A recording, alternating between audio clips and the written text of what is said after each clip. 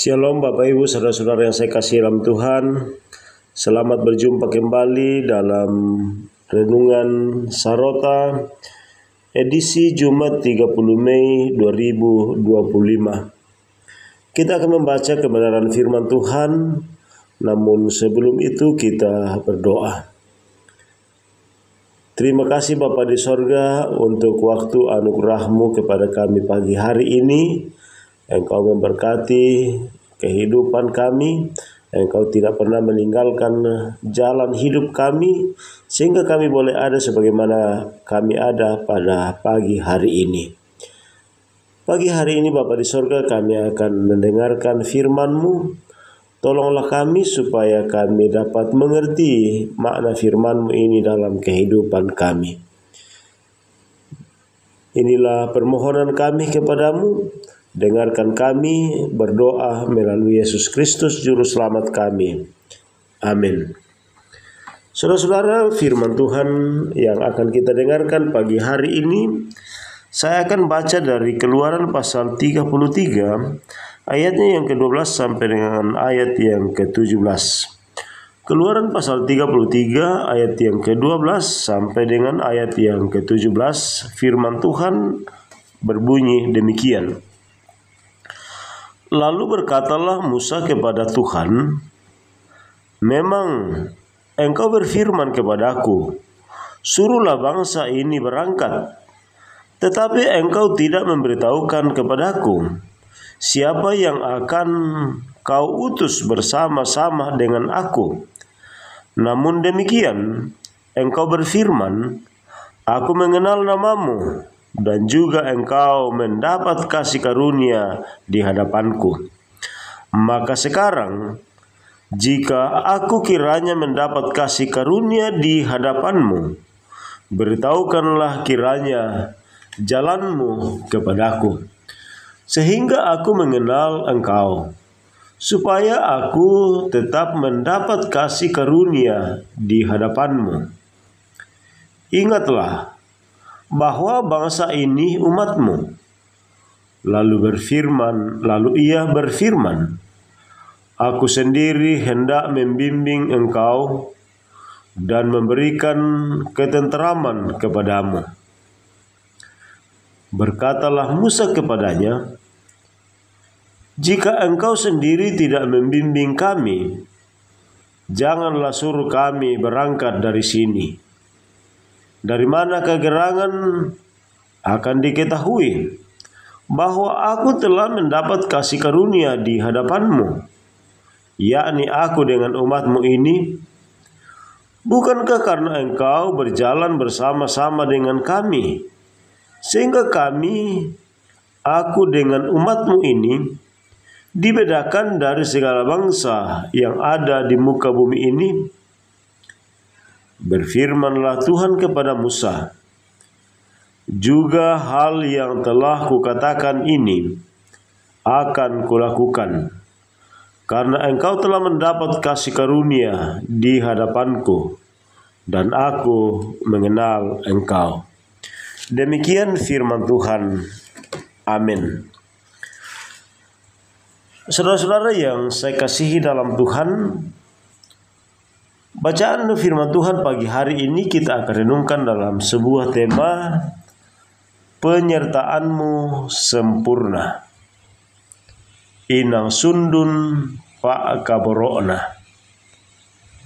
Saudara-saudara, tidak jarang ada di antara anggota jemaat yang menolak untuk menjadi masjid gereja dan pengurus OIG atau kepengurusan apapun dalam gereja. Hal ini dikarenakan oleh perasaan tidak mampu dan tidak pantas. Namun tanpa disadari bahwa penunjukan tersebut tidaklah secara kebetulan, namun ada rencana Tuhan di dalamnya jika dilihat dengan kacamata iman, dan bukan hanya dengan akal pikiran manusia yang terbatas. Terkadang juga timbul keraguan-keraguan dalam diri seseorang akan kemampuannya, tanpa berpikir bahwa Tuhanlah yang akan memperlengkapi, memampukan, dan memberkati umatnya dalam pelayanan. Seperti halnya dalam pembacaan kita saat ini, Musa awalnya ragu atas apa yang Tuhan perintahkan kepadanya untuk membawa bangsa Israel ke tanah perjanjian. Dalam ayat 12 dan ayat yang ke-13, Musa berkata kepada Tuhan bahwa siapakah yang akan engkau utus untuk bersama dengan aku, karena ini adalah umatmu. Musa mengetahui bagaimana watak dan perilaku bangsa Israel yang sering tegar dan sombong. Hal inilah yang menimbulkan keraguan dalam diri Musa untuk menjadi pemimpin mereka, sehingga Musa senantiasa meminta kasih karunia Tuhan untuk menopang dan memberkatinya. Selanjutnya dalam ayat 14, Tuhan berkata bahwa aku sendiri hendak membimbing engkau dan memberikan ketentraman kepadamu. Sebab Allah sungguh mengenal dan mengetahui akan pikiran Musa. Sikap Musa yang sangat membutuhkan kasih karunia Tuhan dalam pekerjaan dan pelayanannya, secara tidak langsung mau mengajarkan dan mengingatkan kita juga untuk senantiasa mengandalkan Tuhan dalam setiap pelayanan kita. Pelayanan dalam rumah tangga, pelayanan pekerjaan, dan pelayanan apapun yang Tuhan percayakan.